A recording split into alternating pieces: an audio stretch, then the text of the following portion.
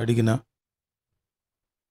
దేవుని ప్రియులకు బిడ్డలకు దీవెనల ఆశీర్వాదాలు కలుగునుగాక.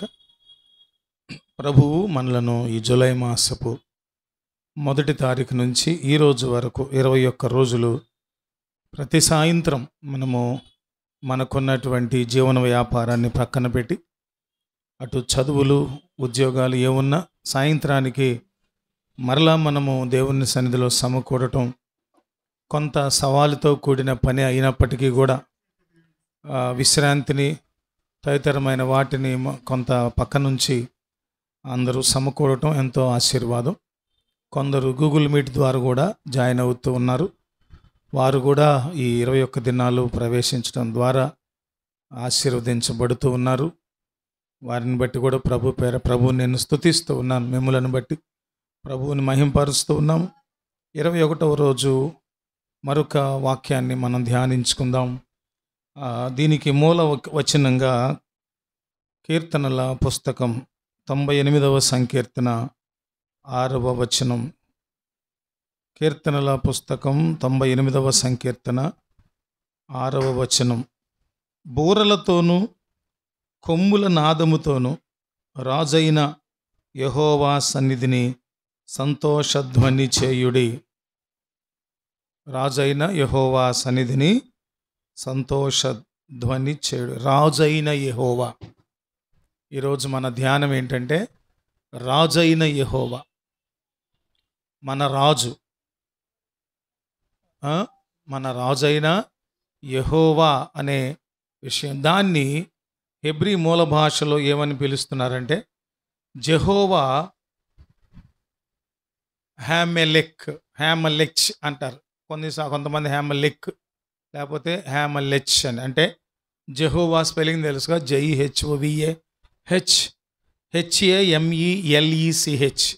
హ్యామెలెక్ అంటే హ్యామెలిచ్ ఏదైనా అంటే అర్థం the lord the king. The lord the king అంటే అర్థం ఏంటంటే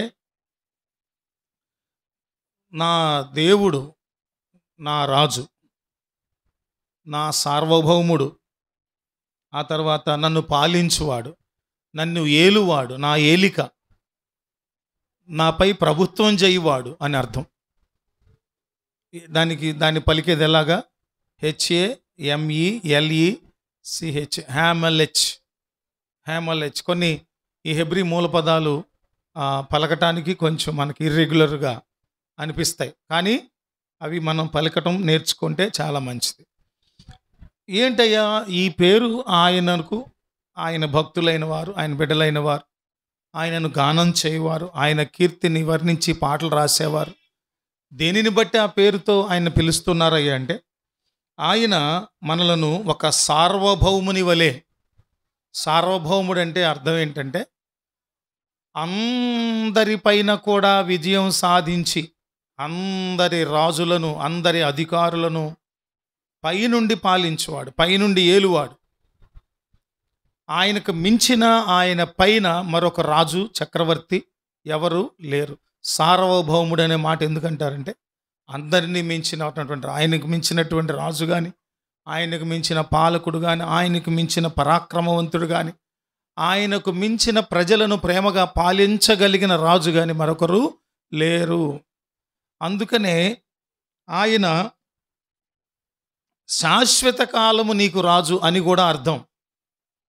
దానికి అర్థం ఏంటంటే ఇంకొక మాటలో శాశ్వత కాలము రాజుగా నిన్ను పాలించువాడు.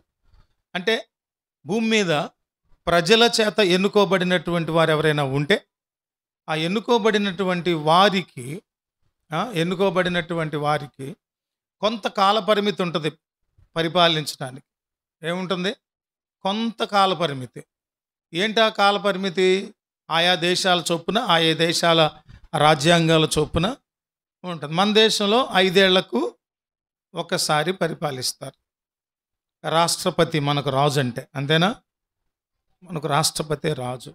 మనం ప్రజాస్వామిక వ్యవస్థలో ఉన్నాం కనుక మనందరం కూడా ఏం గుర్తుపెట్టుకోవాలంటే మనందరము శాశ్వత కాలము మనలను ఏలేటటువంటి రాజు క్రింద ఉన్నాం. శాశ్వత కాలం అంటే ఎంత? ఆయన కాలములకు పరిమితి ఉందా? ఆయన రాజ్యమునకు ఆరంభం కానీ అంతం కానీ ఉందా? ఎక్కడ ఆరంభం అవుతుంది ఆయన రాజ్య పరిపాలన, ఎక్కడ ముగుస్తుందంటే ఆయన ఏనాటి నుంచి ఉనికి కలిగి ఉన్నారో ఆనాటి నుంచి రాజ్యపాలన ఉంది. ఇంకొకటి ఏంటి, దేవుడుండే స్థలం ఏ ఏ రాజ్యం అంటాం దాన్ని మనం? దానికే ఎప్పటికి మన రెగ్యులర్ నేమ్ ఏంటి? పరలోక రాజ్యము. పరలోకం, ఇహ లోకం, ఇహలోకము, పరలోకం అంటే ఏంటది? అది వేరే లోకం. ఏమిటా వేరే లోకం? దేవుని నివాస స్థలం. అయితే ఆయనను ఎరిగిన వారు, ఆయనను దైవముగా కలిగిన వారు ఈ భూమి మీద నివసించే జీవిత కాలం ఎంత? అది వెరీ లిమిటెడ్, చాలా స్వల్పమైన ఆయుష్కాలం. ఈ భూమి మీద మనం ఎలా ఉంటామంట? యాత్రికులమును పరదేశులమును. మనందరం కూడా తాత్కాలిక నివాసం కలిగిన వాళ్ళం. ఇక్కడ శాశ్వత నివాసం అనేది మనకు ఒకటి ఉంది. అనంతుడైనటువంటి దేవాది దేవుడు తాను పాలించేటటువంటి సంవత్సరాలు యుగయుగాలు. ఆయన పాలించే సంవత్సరాలు ఎంత? యుగయుగాలు, యుగయుగాలు, యుగయుగాలు పాలిస్తూనే ఉంటారు. ఆయన రాజ్యమునకు అంతము లేదు. అయితే ఈ భూమి మీద కూడా ఆయన 1000 సంవత్సరాలు పరిపాలన చేస్తారు. మనం కూడా పరిపాలిస్తామట ఆయనతో కలిసి. ఇట్లాంటి ఆధిక్యతను ప్రభు మనకి ఇచ్చేవాడుగా ఉన్నాడు. ఆయన సార్వభౌముడు అని మరలా చెప్తున్నా. అంటే అందరికంటే పైనున్న దేవుడు. అంటే ఆయన రాజులకు రాజు, ప్రభువులకు ప్రభు. రాజులకు రాజు అంటే ఇంకా ఆయన క్రిందే ఏ రాజు అయినా పాలించాల్సిందే. ఆయనకు పైన ఎవరూ లేరు. ఇంకొక మాట ఏంటంటే, భూమి మీద రాజులుగా ఎన్నుకోబడిన, లేకపోతే కొన్ని రాజ్యాల్లో రాజులు ఎలా ఏర్పడతారంటే, ఎలా ఏర్పడతారు? వాళ్ళు రాజ్యాన్ని విస్తరింపజేసుకోవడానికి యుద్ధాలు ప్రకటించి, వీళ్ళకంటే బలహీనంగా ఉన్న రాజ్యాల మీద యుద్ధం చేసి ఓడించి ఆ రాజ్యాలన్నింటినీ ఆక్రమించుకొని వీళ్ళందరూ కూడా ఏమవుతారు? రాజ్యాలను విస్తరింపజేసుకొని రాజులు గొప్ప రాజులుగా, ఇంకా చక్రవర్తులుగా మారుతారు. ఎదుగుతూ ఉంటారు. వారి రాజ్య విస్తీర్ణం పెరుగుతూ ఉంటుంది. అటువంటి రాజులు ఎవరైనా ఉంటే ఆ రాజులు కూడా ఈ సార్వభౌముడైన దేవుని చేత నియమించబడతారు పరిపాలన చేయటానికి. ప్రపంచంలో ఏ దేశంలోనైనా ఒక వ్యక్తి నియమించబడుతున్నాడంటే అది దేవుని చేతనే, దేవుని ఉద్దేశం చేతనే నియమించబడతారు.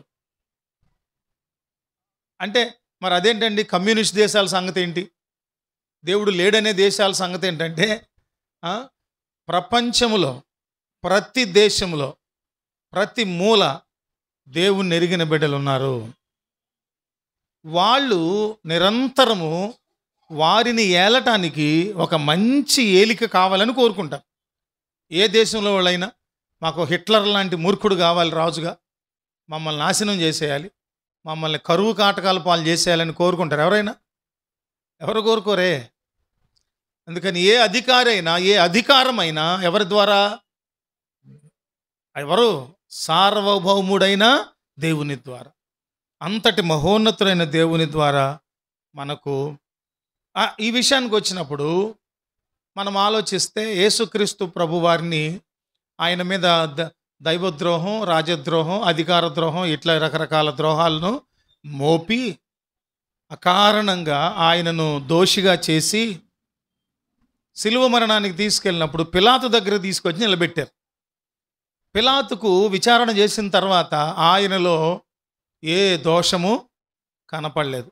అక్కడ మాట్లాడుతూ యోహాను సువార్త 18వ అధ్యాయము 37వ వచనం 38వ వచనం మనం చూసినప్పుడు, 37, 38 వచనాలు చూసినప్పుడు అక్కడ ఆ సంభాషణ జరిగిన తర్వాత పిలాతు ప్రభువుని అడుగుతారు.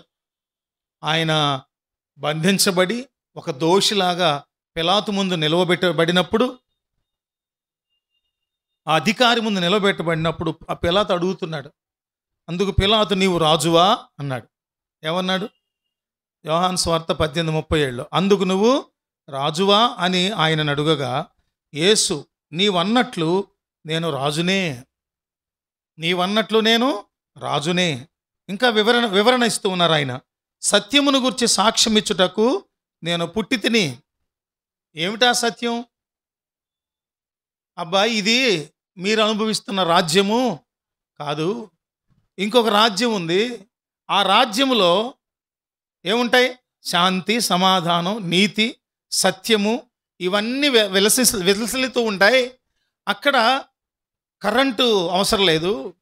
అక్కడ విద్యుత్ దీపాలు, సోలార్ లైట్లు, థర్మల్ విద్యుత్తు ఏమీ అక్కర్లేదు. గొర్రెపిల్లయే దీపముగా ప్రకాశిస్తారు. ఆ గొర్రెపిల్ల నేనేనబ్బాయి. ఆ రాజ్యములో రాజ్యమంతా వెలుగివ్వటానికి ఒక ప్రకాశమానమైన దీపములాగా అక్కడ నేను ఉంటాను. దేవుడే వెలుగు. ఇంతటి గొప్ప రాజ్యం ఉంది. ఆ రాజ్యములో అందరికీ నివాసాలు ఉంటాయి. అక్కడికి వెళ్ళాలి మనం. అది శాశ్వత రాజ్యము. నేను పంపబడ్డాను అక్కడి నుంచి.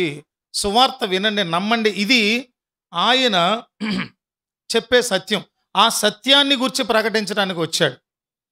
ఆ సత్యములో మరొక సత్యం ఏంటంటే, దాచి ఉన్న ఆ సారాంశం ఏంటంటే, నేనే పాపములను క్షమించే అధికారము కలిగిన వాడను. నా దగ్గర పాప క్షమాపణ నిశ్చయత పొందిన వాళ్ళు రక్షింపబడతారు. ప్రతి మనిషి పాపి, జన్మ కర్మ పాప సహితునిగా ఉన్న వాళ్ళను వాటి నుంచి విడుదల చేయటం కొరకు నేను సిలువలో మరణించడానికి వచ్చానబ్బాయి. సువార్త సత్యం.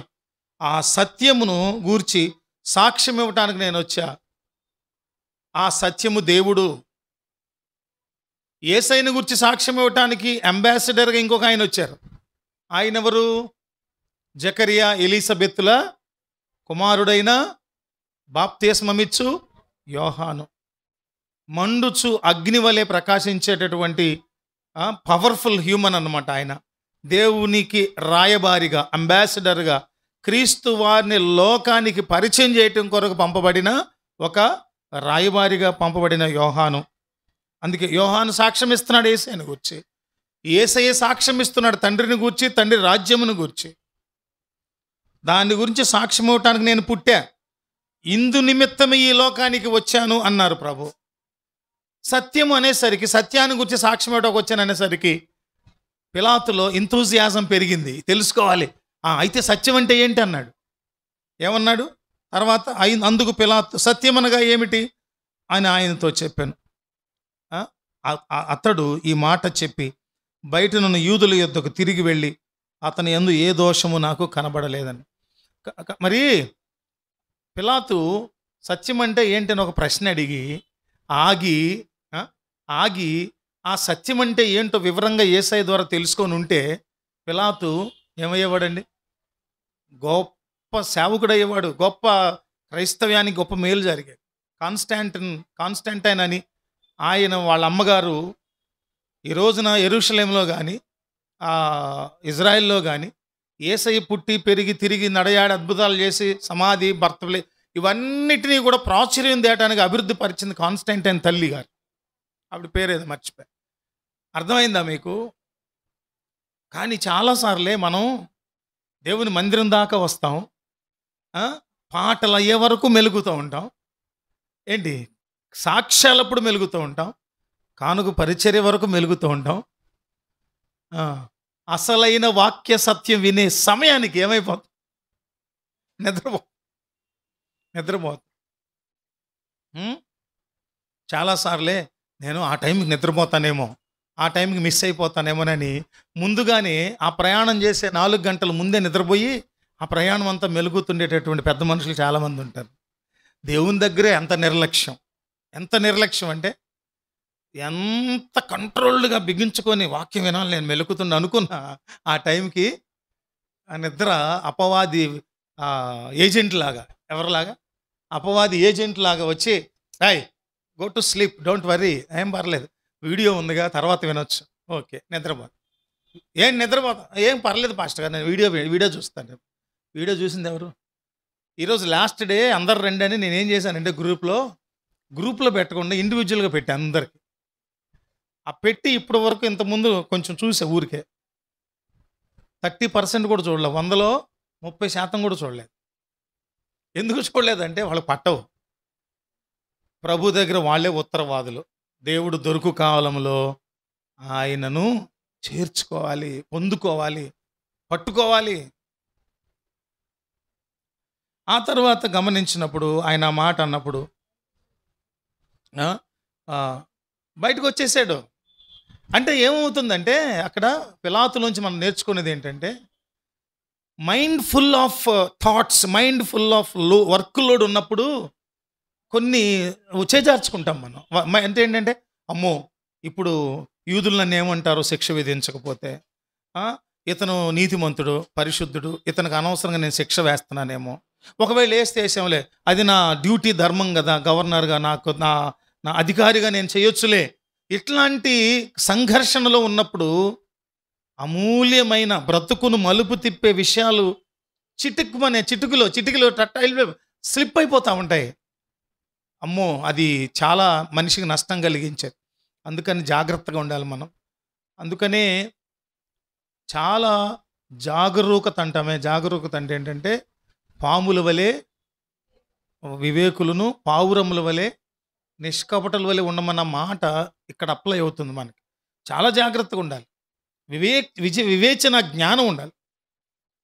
దైవజనులు సందేశాలు అందించేటప్పుడు ఆయన పాస్టర్ గారు కాబట్టి, ఆయన 50 ఏళ్ళ నుంచి సేవకులు కాబట్టి, ఏది చెబితే అది నిజం అనటానికి వీల్లేదు. కొన్నిసార్లు పరిశుద్ధాత్ముని నడిపింపుతో వచ్చే ఆలోచనలు కొన్ని ఉంటాయి. అక్కడక్కడ మానవ శరీర రక్త ఉద్రేకం ద్వారా వచ్చే ఆలోచనలు కొన్ని ఉంటాయి. విశ్వాసిగా దశాబ్దాలు, 10 ఏళ్ళు, 15 ఏళ్ళు, 20 ఏళ్ళు, 30 ఏళ్ళు, 40 ఏళ్ళు విశ్వాస జీవితంలో ఎదుగుతూ ఉన్నప్పుడు, సేవకుల కంటే ఎక్కువ అనుభవం గడించిన విశ్వాసులు ఉన్నప్పుడు, ఈ దైవజనుల ఉపదేశాల్లో ఏది వాక్యానుసారమైంది, ఏది పరిశుద్ధాత్ముడు మాట్లాడేది, ఏది మనుష్య జ్ఞానంతో మాట్లాడేది అనే వివేచన ఉండాలి. ప్రశ్నించాల్సి వస్తే ప్రశ్నించాలి. రాసుకోవాలి. నోట్స్లో రాసుకుంటూ వెళ్తున్నప్పుడు ఎక్కడో వాక్య విరుద్ధమైన ఆలోచన చెప్తున్నారేమో అని సందేహం వచ్చినప్పుడు ఆ పాయింట్ రాసుకొని ప్రేయర్ అయిన తర్వాత అడగాలి. అడిగితే ఆయన చెప్పాలనుకున్నది కరెక్టే కావచ్చు, కానీ ఆయన మనకి ఎక్స్ప్రెస్ చేసిన పదాలతో చేసిన వివరణ మనకు రాంగ్ మెసేజ్ని చేరవేసి ఉండొచ్చు. ఆయనలో దానిని గురించినటువంటి సత్యము తెలిసే ఉండొచ్చు, కానీ కొన్నిసార్లు మనకు వివరణ ఇచ్చేటప్పుడు మనం కొన్నిసార్లు ఏమవుతామంటే, ఆ వివరించేటప్పుడు కొన్ని పదజాలం దొరక్క మనకు రాంగ్ మెసేజ్ కన్వే అయినప్పుడు, అది వివేచన వరంతో మనం వివేచించినప్పుడు తప్పుగా అనిపించే అవకాశం ఉంది. జాగ్రత్తగా ఉండాలి. అంతేకాదట, మన దేవుడే మనలను పాలించే రాజు అనడానికి నిర్ధారణ మన కొన్ని వచనాల్లో కనబడుతుంది పరిశుద్ధ గ్రంథంలో. అది మనం చూసినప్పుడు ప్రకటన పుస్తకంలో, పరిశుద్ధ గ్రంథంలోని ప్రకటన పుస్తకంలో 19వ అధ్యాయము 16వ వచనం చూసినప్పుడు, ప్రకటన పుస్తకం 19వ అధ్యాయము 16వ వచనం, రాజులకు రాజును ప్రభువులకు ప్రభువును అను నామము ఆయన వస్త్రము మీదను తొడ మీదను వ్రాయబడి ఉన్నది. ఆయన వస్త్రం మీద, ఆయన తొడ మీద వ్రాయబడి ఉంది. ఎవరికి కనబడతాయి అవన్నీ? ఆయన వస్త్రం మీద రాయబడిన ఆయన పేరు ఏమని? రాజులకు రాజు అని, ప్రభువులకు ప్రభు అని. ఆయనకు అధికారము కలగటానికి హేతువైన రాజముద్ర అనుకోవచ్చు. ఎవరికి కనిపిస్తుందంటే, ఆయన చేత పాలించబడే వారికే కనిపిస్తుంది. ఆయన చేత పాలింపబడే వారికి, ఆయన రాజ్యమునకు అర్హులైన వారికి, ప్రవేశించడానికి అర్హులైన వారికి. ధనవంతుడు, లాజరు, ఇద్దరి ఉపమానంలో ఎవరెళ్ళారు పరలోకానికి, ఎవరు వెళ్ళలేదు? లాజరు కురుపులతో, దారిద్ర్యంతో, ధనవంతులు తిన్నప్పుడు బల్లల మీద దాని నుంచి పడిపోయిన రొట్టె ముక్కలు తిని బతికేటటువంటి వాడు. దీనుడు, దేవుని ఎరిగినవాడు, పరిశుద్ధుడిగా బతికినవాడు. చనిపోతే ఎక్కడికి వెళ్ళాడు? పరలోకానికి. అబ్రహాము రొమ్మున ఆనుకుని ఉన్నాడంట. ఈ వ్యక్తి ఏమో, ధనికుడేమో మండుచున్న అగ్నిగుండంలో రగులుతూ అక్కడ రికమెండ్ చేస్తున్నాడంట, కింద మా తమ్ముళ్ళు ఉన్నారు, వాళ్ళకి కొంచెం వాక్యం చెప్పమని చెప్పండి అని. ఇక్కడి నుంచి నువ్వు రికమెండ్ చేస్తే వీరికి అక్కడ అబ్రహాముకిను అగ్నిగుండానికి మధ్య పెద్ద అగాధం ఉందంట, పెద్ద గ్యాప్ ఉందంట. అక్కడోళ్ళు ఇక్కడికి రారు, ఇక్కడోళ్ళు అక్కడికి రారు.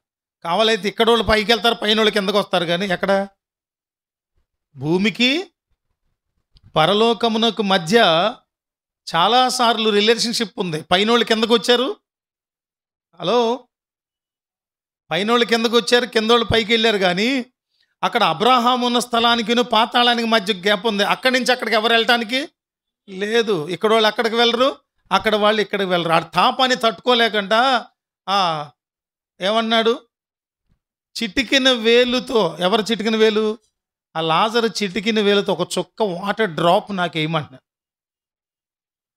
అతనికి తెలియదు. ఏం తెలియదంటే ఆ పరలోక రాజ్యంలో ఆకలి ఉండదు, దాహం ఉండదు. ఉంటాయా?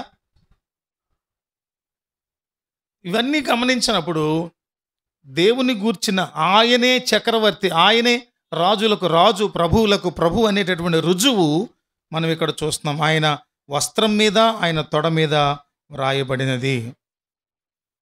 దేవుడు యేసుక్రీస్తు ప్రభువు యూదా జనాంగానికి రాజుగా, ప్రజలను పాలించేటటువంటి రాజుగా, యుగయుగాలు పాలించే రాజుగా క్రీస్తు వారిని పంపించాలనే ఉద్దేశాన్ని దేవుడు ప్రవచనాత్మకంగా యెషయా ప్రవక్త ద్వారా వ్రాయించి పెట్టారు. మనందరికీ తెలిసిన వచనం, నిన్న కూడా మనం చదువుకున్నట్టుగా నాకు అనిపిస్తుంది. ఏంటంటే అది గుర్తుంది. యెషయా పుస్తకం 9వ అధ్యాయము 7వ వచనం చూసినప్పుడు, ఏలయనగా సమాధానకర్తను గురించి మనం ధ్యానించాం కదా. మరి ఈ రోజున రాజులకు రాజైన ప్రభువుని గురించి, ఏలయనగా మనకు శిశువు పుట్టెను, మనకు కుమారుడు అనుగ్రహించబడెను, ఆయన భుజముల మీద రాజ్యభారం ఉండును. రాజ్యభారం అంటే పరిపాలించబడేటటువంటి ప్రజల జీవితాలకు క్షేమం కలుగుతుందో లేదో, ప్రజలలో సత్యము, యథార్థత, నీతి, న్యాయం ఇవన్నీ కూడా స్థాపించడానికే దేవాది దేవుడు నరునిగా జన్మించారు. ఆయన యుగయుగములకు రాజు, చక్రవర్తి, రాజులకు రాజు, ప్రభువులకు ప్రభు. ప్రవీణ్ పగడాల గారు బోధించేటటువంటి ఆయన బోధలో కీలక అంశం ఇదే, మై కింగ్, రాజ్యమును పాలించే రాజు. ఆయన ఏమంటారంటే, ఎక్కువగా అమెరికా దేశంలో అగ్రరాజ్యంలో, ఇంకా ప్రపంచంలో అగ్రరాజ్యాల్లో ఎక్కడెక్కడ మహాధికారాలు కలిగిన కొన్ని ప్రాంతాలు ఎవరో వెళ్ళలేని ఉంటాయే, అది కూడా ఎవరిదంటే మొదట సార్వభౌముడైనటువంటి రాజాది రాజైన దేవునిది. My king's palace. White House అంటామా? వైట్ హౌస్ అంటే ఏంటి? అమెరికా దేశాన్ని పరిపాలించేటటువంటి అమెరికన్ ప్రెసిడెంట్ ఉండేటటువంటి శాసనాలు నిర్మించేటటువంటి పార్లమెంట్, అమెరికన్ పార్లమెంట్. ఏంటది? White House. అక్కడ అది కూడా ఎవరిది?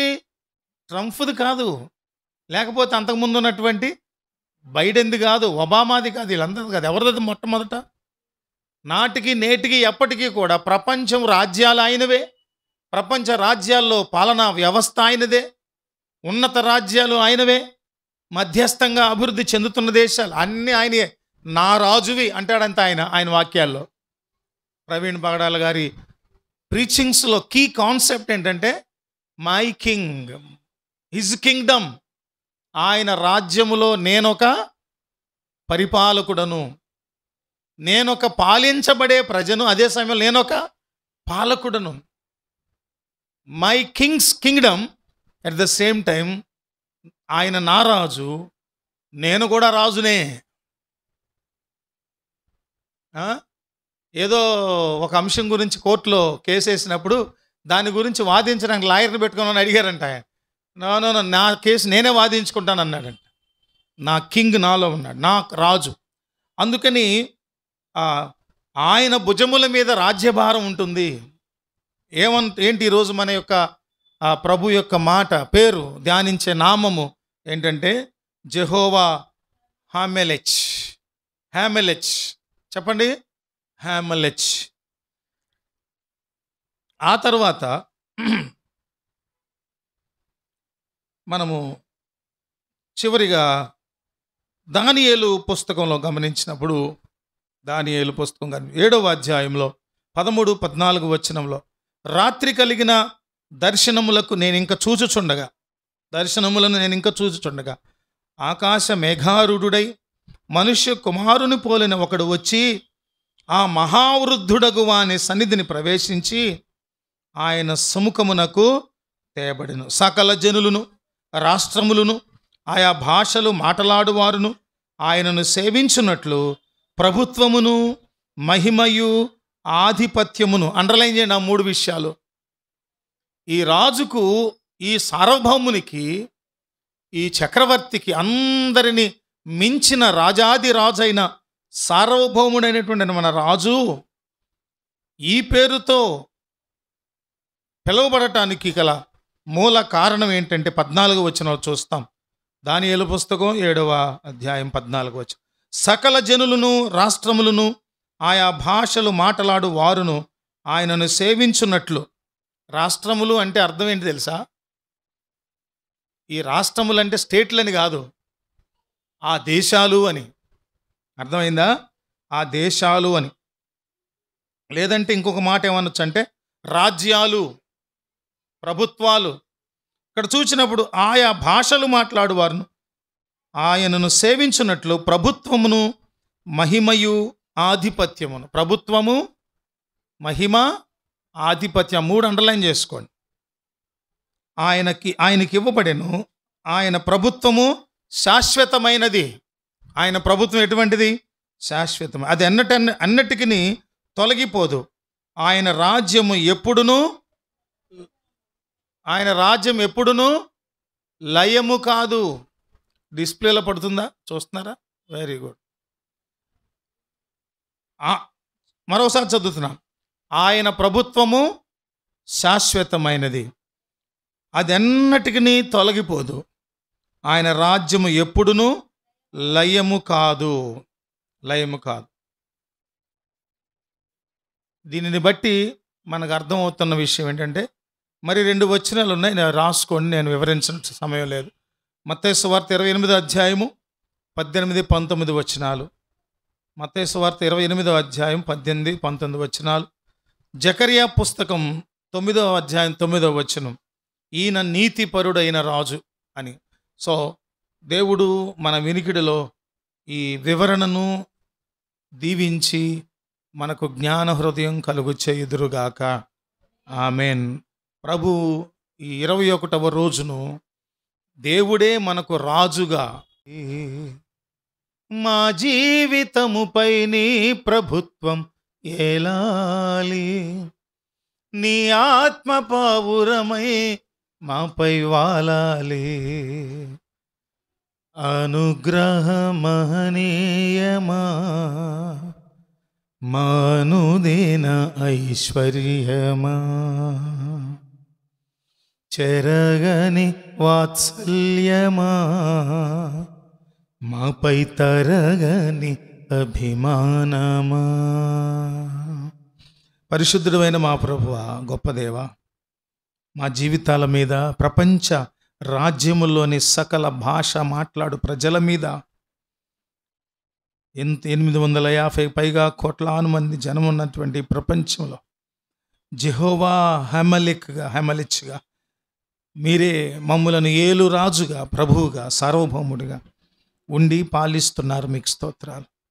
భూమి మీద మనుషులు వారి జ్ఞానంతో పాలించడానికి ప్రయత్నించే క్రమంలో మీ జ్ఞానము చేత వారు పాలించినట్లుగా మీరే సహాయం చేసి నడిపించి సమస్త మహిమ, ఘనత, ప్రభావములు ఆరోపించుకోనమని ఈరోజు మేము ఈ 21 దినాల దానియేలు తరహా ఉపవాస ప్రార్థన మేము ముగించుకుంటూ ఉండగా, ప్రభువా, ఇవి ముగింపు కాదు కానీ తిరిగి మరలా మేము చలికాలపు ఆరంభంలో ప్రారంభించుకోవటానికి, తిరిగి మరలా మీ పాదాలు పట్టుకోవటానికి కృపాసనమును సమీపించడానికి సహాయం చేయమని, ఈరోజు బిడ్డను కోల్పోయిన తల్లిదండ్రులైన నాయన రిబ్కాకును వారి కుటుంబమునకును రక్త సంబంధులకును చిన్నుకును కోల్పోయిన దానిని బట్టి ప్రభా ఆదరణను, సమాధానం, కుటుంబానికి ఓదార్పును అనుగ్రహించమని మీకే అప్పగించుకుంటూ యేసయ్య నామములో వేడుకొనుచున్నాము తండ్రి.